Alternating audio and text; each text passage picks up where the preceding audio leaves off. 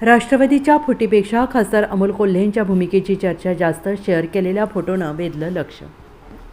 राष्ट्रवादीला खिंडार पडल्यानंतर गेल्या अनेक दिवसांपासून खासदार डॉक्टर अमोल कोल्हे सातत्याने चर्चेत आहेत। निवडणूक आयोगाकडे राष्ट्रवादी काँग्रेसच्या दोन्ही गटाकडून जी प्रतिज्ञापत्रे सादर करण्यात आली आहेत त्यामध्ये एकमेव अमोल कोल्हे असे होते ज्यांनी दोन्ही गटाकडे प्रतिज्ञापत्र सादर केले होते। मात्र आता त्यांनी भूमिका स्पष्ट करताना शरद पवार यांच्यासोबत राहण्याचा निर्णय घेतला आहे।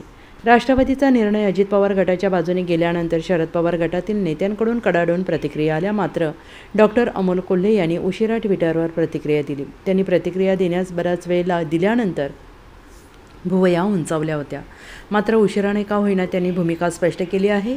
मात्र शरद पवार गटाच्या पक्षाचा निर्णय निवडणूक आयोगाकडून देण्यात आल्यानंतर अमोल कोल्हे यांनी शरद पवारांसोबत असलेला फोटो शेअर करत प्रतिक्रिया दिली।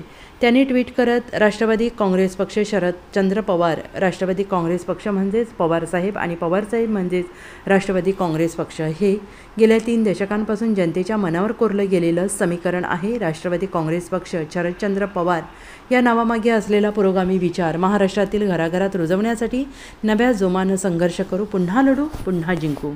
Bureau report, SBN Marathi, Mumbai.